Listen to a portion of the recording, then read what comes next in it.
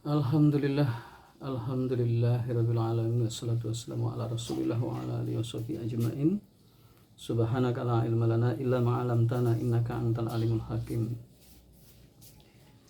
Saudaraku sekalian yang insyaallah dimuliakan oleh Allah, pada kesempatan yang berbahagia ini kita bersyukur pada Allah dengan sebenar-benar syukur bahwa kita ketemu kembali di sore hari yang cerah ini.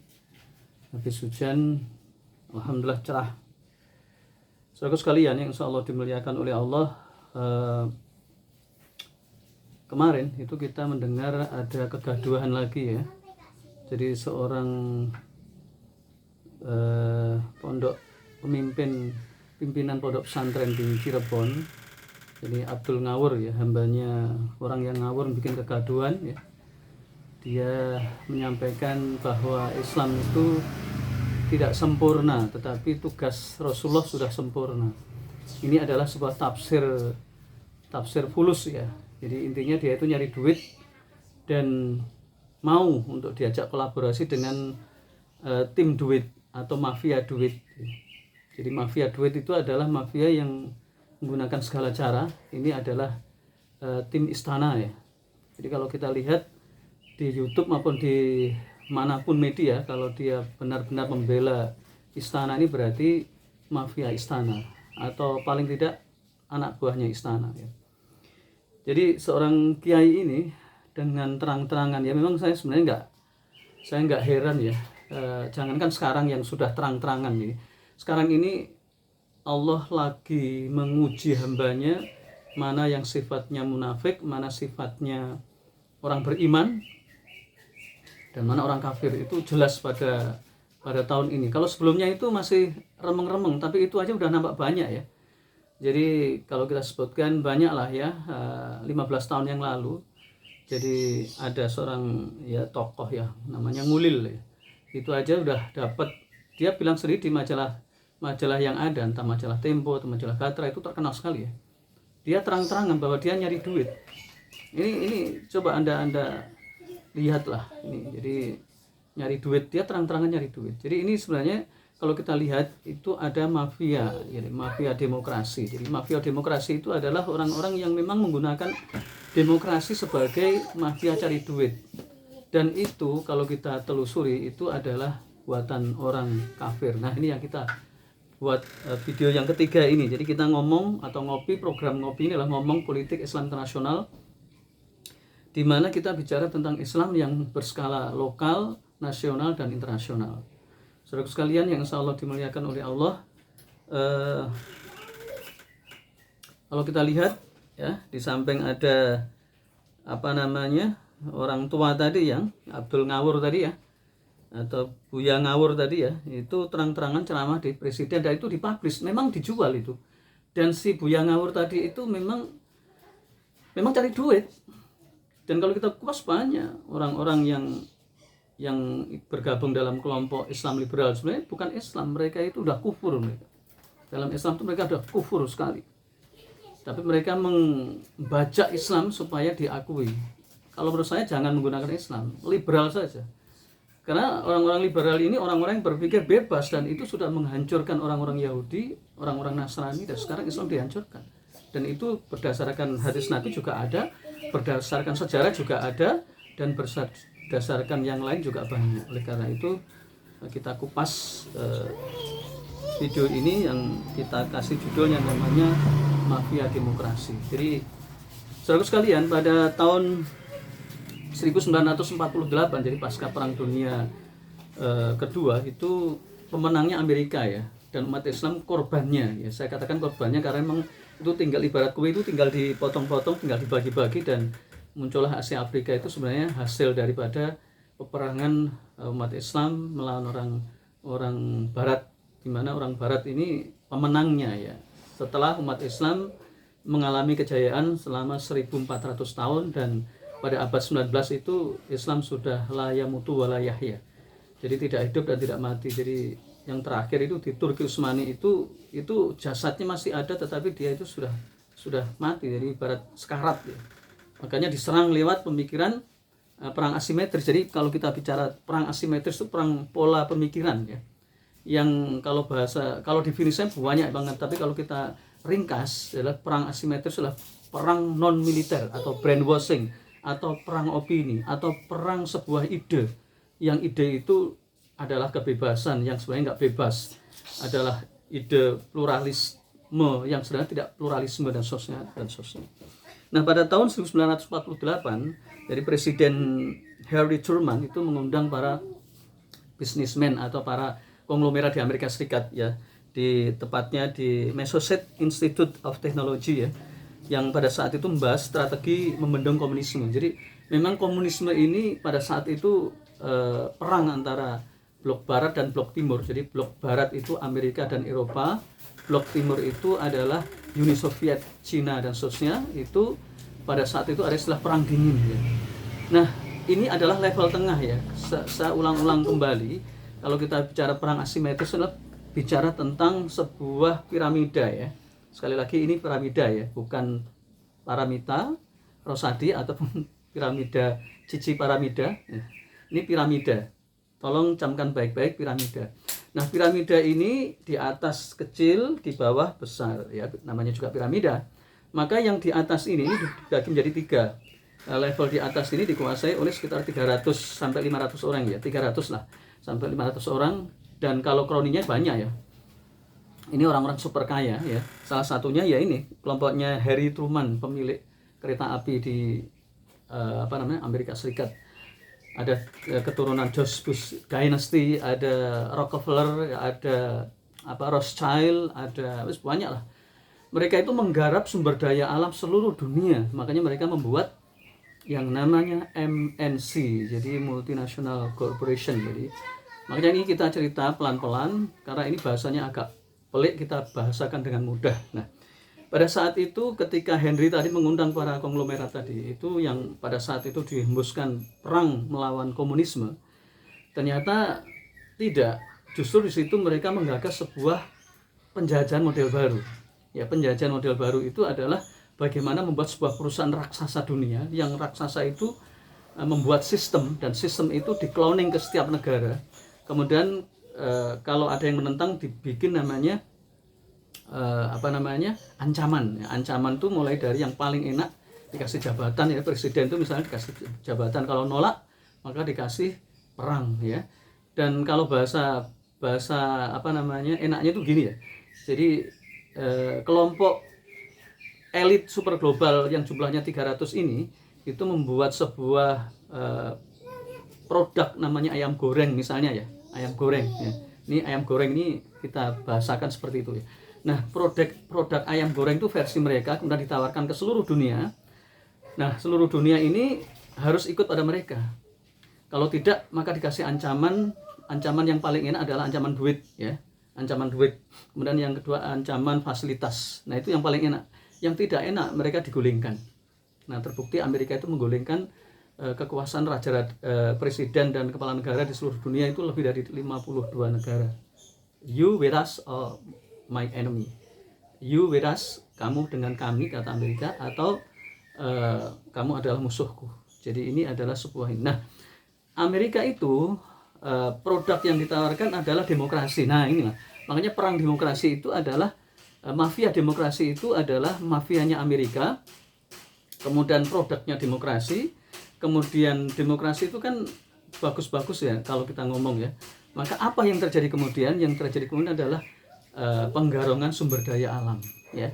Jadi kalau kita lihat, saya sampaikan pertama, kalau kita mendengar mafia itu kan mungkin kita tahu ya, Yakuza, Triad, kemudian mafia dagang, mafia. Biasanya mafia itu diidentikan dengan narkoba. Nah, sekarang kita kasih contoh gitu aja ya. Jadi mafia itu sebuah kelompok yang terorganisir dengan rapi. Nah, itu ya. Kemudian dari pucuk pimpinannya sampai ke bawah itu setia pokoknya. Kalau tidak setia nanti nyawa. Nah, sekarang mafia demokrasi itu begitu. Mafia demokrasi itu adalah mereka Amerika. Ini Amerika itu ikonnya, atau Amerika itu adalah negaranya. Kemudian di balik itu semua itu adalah elit politik global super kaya, itu yang menguasai kekayaan dunia ini 25%-nya adalah milik 300 orang ini itu menggunakan Amerika sebagai induk semang ya. Kalau bahasa saya induk semang ya. Karena mereka itu parasit, mereka menggunakan induk semang, sehingga George Bush, kemudian dalam arti Presiden George Bush ya, bukan George Bushnya, presidennya ya, jabatan presiden semua sebenarnya boneka ya. Kemudian Vladimir Putin, kemudian seluruh raja dan presiden di dunia ini sebenarnya boneka saja. Di balik mereka adalah para konglomerat ya. Kalau di sini itu orang tahu 9 naga tadi, itu sebenarnya mudah sekali dibaca ya. Singkat kata apa? Singkat kata mereka mengendalikan dunia. Tapi kok di situ kesannya kok ada pertempuran perang dingin. Sebenarnya perang dingin itu sebuah drama ya. Di dalam teori konspirasi atau dalam teori perang asimetris ya. Perang asimetris adalah perang non militer yang itu sudah digunakan berabad-abad yang lalu, bahkan ribuan tahun yang lalu, dan itu mutakhir. Jadi kalau kita meminjam sejarahnya di dalam Al-Quran maupun kitab suci lainnya yang dari langit, itu kan ada kisahnya Musa dan Fir'aun. Nah, Musa dan Fir'aun ini, Musa itu pengikutnya adalah orang-orang jelata, rakyat miskin, tertindas, tidak punya kekuatan apa-apa, sedangkan Fir'aun itu lengkap. Nah, persis sekarang juga sama. Jadi negeri ini, Fir'aun, rakyatnya, orang kaum muslimin yang tertindas itu adalah Musa. Maka apa yang terjadi kemudian? Maka Fir'aun memberikan opini, ya, black campaign atau perang opini hitam, bahwa Fir'aun adalah seorang raja, seorang Tuhan, ya. Bukan aja raja, tapi Tuhan. Kalau raja mah bisa dilawan, kalau Tuhan nggak bisa dilawan. Maka itu sejatinya dari pembisik-pembisiknya aja, karena pembisiknya itu sudah nyaman dengan kedudukan Fir'aun. Nah, kita kembali ke sini, kita bongkar Amerika itu, kalau kita telusuri, itu kan sebenarnya cikal bakalnya dari negara-negara barat, ya, yang mereka itu dulunya namanya VOC. Jadi VOC itu semacam company, semacam pedagang yang kalau sekarang itu perusahaan ya. Sekarang perusahaan, dulu namanya VOC, yang dulu terkenal dengan Belanda, Spanyol, Portugis ya, kemudian Inggris, kemudian negara-negara Eropa Barat, Eropa itu menjajah seluruh dunia termasuk Indonesia. Mereka itu alamnya tidak subur, mereka akhirnya mencari negara-negara yang dirasa bisa dijajah. Nah, mereka itu kalau bahasa saya itu mereka itu iblis dalam bentuk manusia.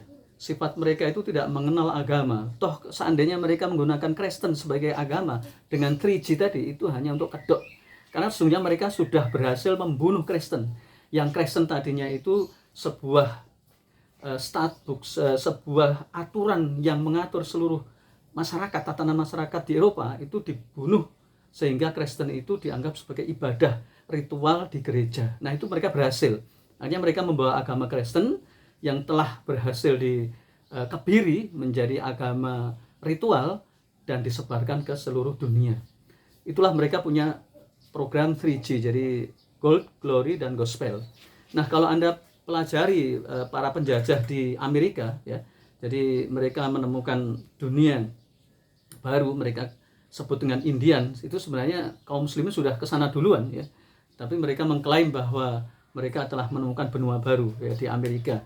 Yang sejatinya mereka itu membunuh orang-orang Indian tadi. Jadi orang Indian yang mereka katakan orang Indian ya, karena mereka menyebutnya India. Mereka salah menyebut sehingga mereka menyebut Indian. Kalau Anda pelajari bagaimana Spanyol, Portugis, Amerika membantai bukan aja ribuan, jutaan. Bahkan mereka menebarkan virus virus tertentu.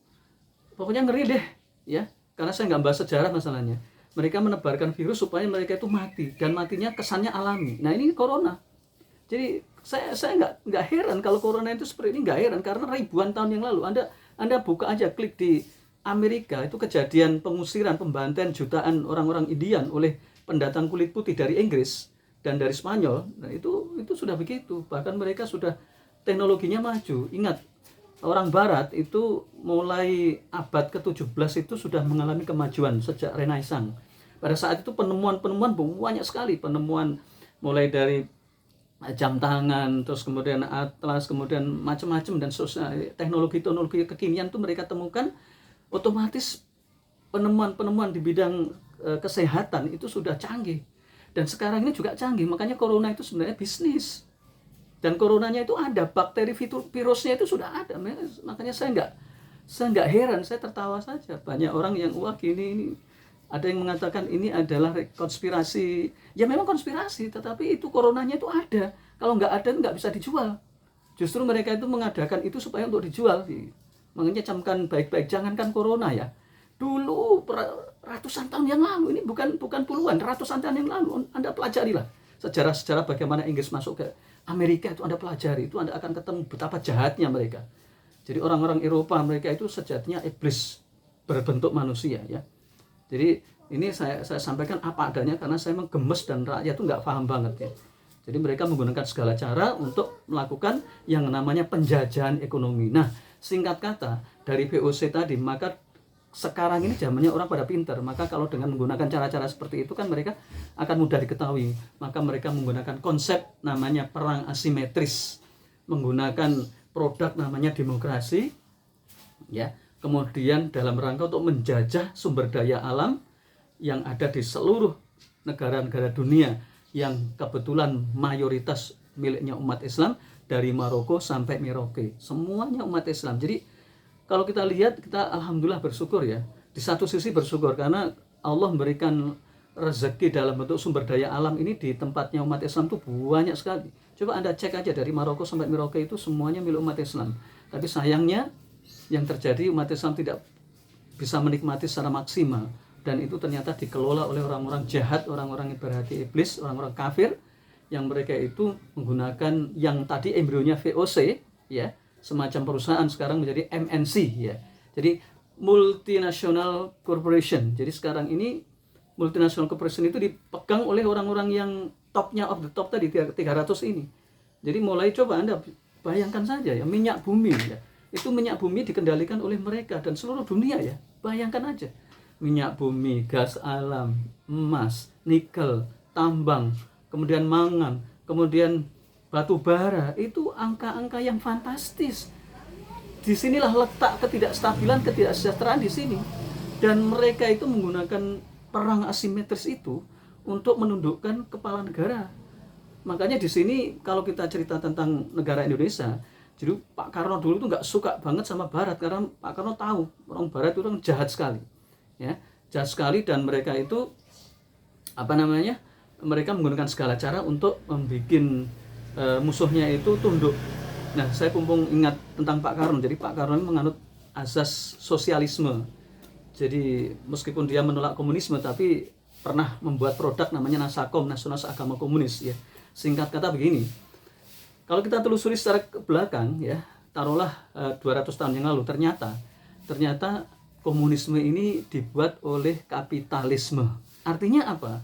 Artinya Karl Marx yang selama ini diagung-agungkan sebagai maha gurunya sosialisme, komunisme, pencetus komunisme, sosialisme ya, yang sosialisme dengan jargonnya sama rata sama rasa, artinya rakyat itu harus sama, tidak boleh ada yang ini. Yang intinya komunisme, sosialisme tadi itu membendung kapitalisme orang berjuis, ternyata itu dibuat oleh para kapital orang-orang super kaya. Tujuannya apa? Tujuannya hiruk pikuk, supaya semua gaduh itu tingkat atas ya. Maka dibuatlah perang dingin. Perang dingin adalah sebuah drama yang sebenarnya nggak ada itu. Terus bagaimana kok selama ini kita belajar perang dingin? Perang dingin itu dibuat, drama yang terbesar di muka bumi ini perang dingin. Nanti perang nuklir, nanti perang apa lagi ya. Untuk apa? Supaya manusia umat Islam itu tersedot arahnya ke drama ini. Supaya mereka tidak ngurusi yang global, orang pintar global 300 orang ini. Maka pada level pertengahan ini, itu levelnya middle up, itu mulai dari raja, mulai dari presiden, itu dibikin gaduh. Nah, dibikinlah blok-blok.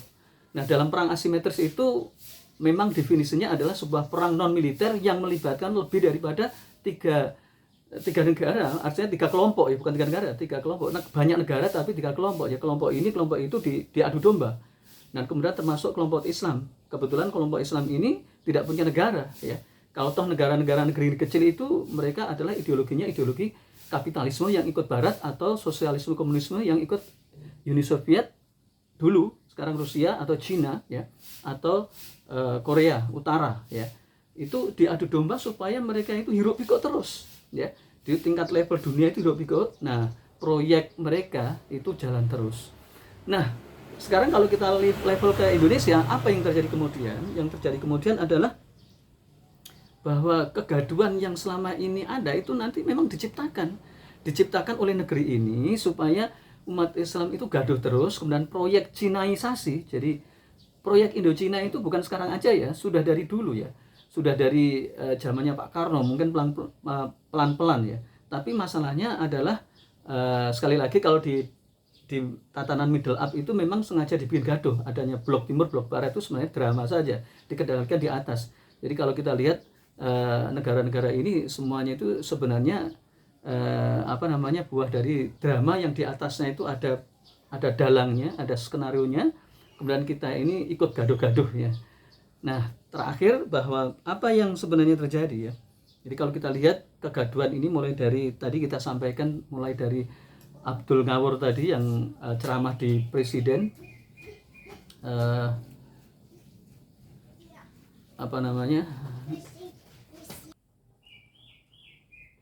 ya, singkat kata jadi gini maka kegaduhan ini memang sengaja diciptakan ya.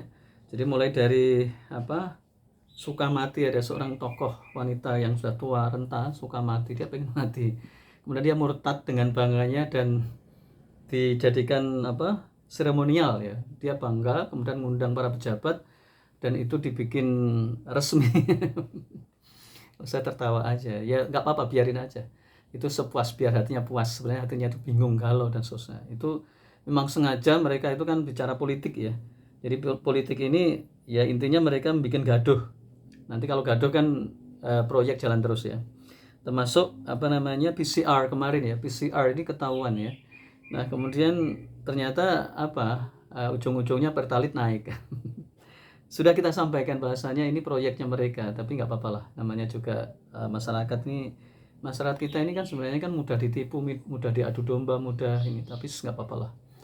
Nah, kesimpulan terakhir saya ingin menyimpulkan tentang mafia demokrasi ini. Jadi demokrasi ini adalah sebuah mega proyek mereka. Ya, proyeknya ini Amerika dan sekarang juga Cina. Cina itu jangan dikira nggak pakai demokrasi, dia pakai demokrasi. Cuman bedanya, jadi gini ya, kalau di tatanan negara kita itu Pancasila digunakan sebagai alat gebuk. Itu mulai dari zamannya Pak Karno, Pak Harto, reformasi dan seterusnya. Pokoknya presiden yang pernah ada di Indonesia itu menggunakan Pancasila sebagai alat gebuk lawan politik. Nah gitu ya.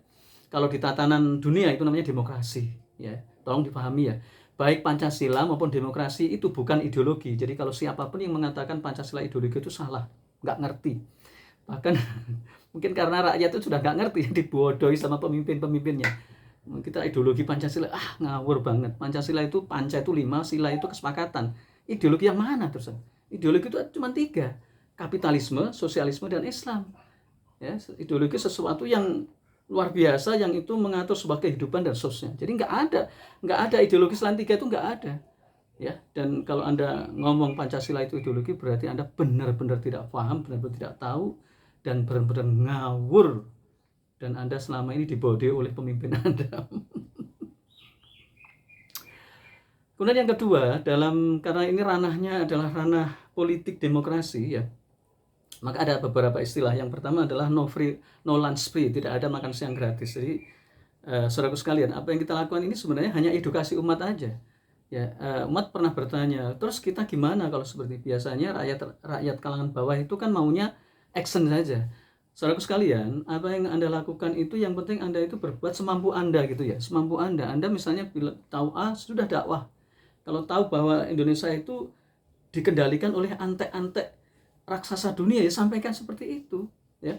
Jadi kalau tadi saya sampaikan secara global dunia itu ada setan dari kelompok kapitalisme barat ya, dari komunis Cina dan Rusia, dan kemudian mengerucut dikendalikan oleh kelompok elit global. Itu mereka diadu domba ya, yang sebenarnya untuk membuat gaduh saja. Kalau tenang itu malah ketahuan, justru dibikin nggak tenang. Perang dingin itu sebuah drama. Bahkan kalau saya sampaikan perang dunia itu sebuah drama, cuman drama yang memang real. Orang kalau nggak tahu pasti akan masak perang dunia kok drama. Loh, makanya Anda nggak tahu masalahnya. Anda nggak tahu itu ya begitu. Ya kita kan tahu masalah, kita punya informasi yang banyak sekali. Drama yang sesungguhnya itu drama di dunia nyata yang orang tidak akan paham kalau itu drama. Tujuannya apa? Tujuannya untuk mengkotak-kotak, ibarat kue kekuasaan. Itu umat Islam itu di kotak-kotak dibagi-bagi berdasarkan mafia demokrasi tadi. Jadi yang pro Amerika itu dikasih jabatan-jabatan, makanya dikasih itu, misalnya pro Amerika itu misalnya zamannya Pak Harto, ya, kemudian zamannya di seluruh dunia itu dibagi menjadi dua. Dan memang sengaja dibuat begitu. Di Vietnam kalau kita pernah mendengar namanya perang Vietnam, itu adalah perang mengambil kekuasaan antara blok barat dan blok timur. Blok barat itu kapitalisme dari Amerika, blok timur itu dari Uni Soviet, komunisme. Itu dalam tatanan itu seperti itu, mereka tahunya mereka perang ideologi, ya, ideologi barat dan timur, sehingga Bung Karno non blok. Nah, itu sengaja dibikin begitu, ya. Makanya saya cerita ini cerita yang memang ranahnya itu ranah tengah. Kalau saya cerita ranah atas nggak akan paham seperti ini. Maka ranah tengah dan ranah bawah. Maka apa yang kita lakukan sebagai rakyat kecil yang tidak tahu apa-apa? Maka dakwahlah sesuai dengan apa yang Anda lakukan, ya. Sebisanya A, B, dan seterusnya. Yang kedua, berdoalah mohon pada Allah. Wa makaru wa makarallahu wallahu khairul makirin. Jadi sungguhnya orang-orang kafir, orang jahat, iblis itu membuat makar dengan tipuan daya dan masa Allah, ya. Sampai sekarang ini ya begitu banyak. Jadi banyak ulama-ulama yang bikin gaduh, ya. Jadi di Indonesia terbelah jadi tiga, ya, kelompoknya rezim pro Cina tadi, pro rezim yang sekarang berkuasa itu, ya silakan aja, saya tertawa aja. Ada habaib yang dalam YouTube-nya itu membela rezim diktator ini pro Cina itu, ya silakan aja Anda masuk kuburan sendiri. Saya juga sendiri, saya ditanya oleh malaikat sendiri, menghadap Allah sendiri, Anda juga sendiri. Tapi saya punya kewajiban menyampaikan umat, supaya umat ini tahu bahwa Anda itu penguasa, rezim diktator, badutnya istana. Kalau saya bilang yang lebih keras nggak ini, Anda itu badutnya istana. Uang Anda terlalu banyak dari istana, sehingga hati Anda tidak bisa membedakan mana baik mana buruk, itu karena terlalu banyak makan uang haram. Ulama harusnya mengingatkan penguasa, malah menjadi temannya penguasa. Ingat kisahnya salah satu pembesar tabiin, ya, dia itu mengingatkan penguasa, datang ke tempatnya penguasa, nggak pernah minum satu air pun nggak diminum. Kalau ulama sekarang, ulama akhir zaman ini, jangankan air putih, dikasih mobil, dikasih rumah, dikasih, ya memang ada diperalat, disiarkan. Nih ulama Abdul Ngawur tadi, hambanya Ngawur tadi, itu berfatwa Islam itu tidak sempurna, tidak ada yang sempurna di muka bumi ini. Yang sempurna adalah tugasnya Rasulullah Muhammad SAW. Itu saya tidak heran, karena dia cari duit, dia orang kere. Itu Abdul Ngawur itu orang kere. Meskipun pondoknya pesantrennya besar, tapi dia kere. Dan masih banyak nanti orang yang ngawur. Habaib ngawur banyak lah. Nafsi. Anda. Jadi kalau Anda ditanya oleh Allah tentang ini, saya juga ditanya. Seperti yang saya lakukan ini untuk amal jariah. Saya kasihan sekali melihat umat ini begitu mudahnya diprovokasi, mudah sekali untuk intimidasi dan seterusnya. Saudaraku yang terakhir, Anda jangan banyak mengeluh lah, karena ini kehendak Allah. Jadi kalau dalam bahasa saya tasawuf modern itu, Allah tidak pernah salah di dalam mentakdirkan sesuatu. Di dalam kitab Al-Hikam, maka Allah mengajarkan bahwa sesungguhnya apa yang Allah takdirkan itu sudah benar. Mungkin kalian tidak suka. Asa antuhibbu syai'an wa huwa syarrul lakum wa asa antukrihu syai'an wa huwa khairul lakum. Ya, kalau nggak salah di surat At-Taubah. Boleh jadi engkau tidak menyukai. Sekarang ini banyak umat Islam ditindas, umat Islam dilecehkan, umat Islam dibunuhi, ya, ratusan. Kalau dari Januari kemarin sampai sekarang itu udah ratusan habaib kiai yang lurus dibunuh oleh rezim diktator sekarang. Saking takutnya rezim diktator ini ngajak kiai habaib yang fulus untuk menjadi tim mereka supaya tidak bunuh dan seterusnya. Wallahu a'lam bishawab. Aku qouli hadza wa astaghfirullahaladzim innahu huwal ghafurur rahim.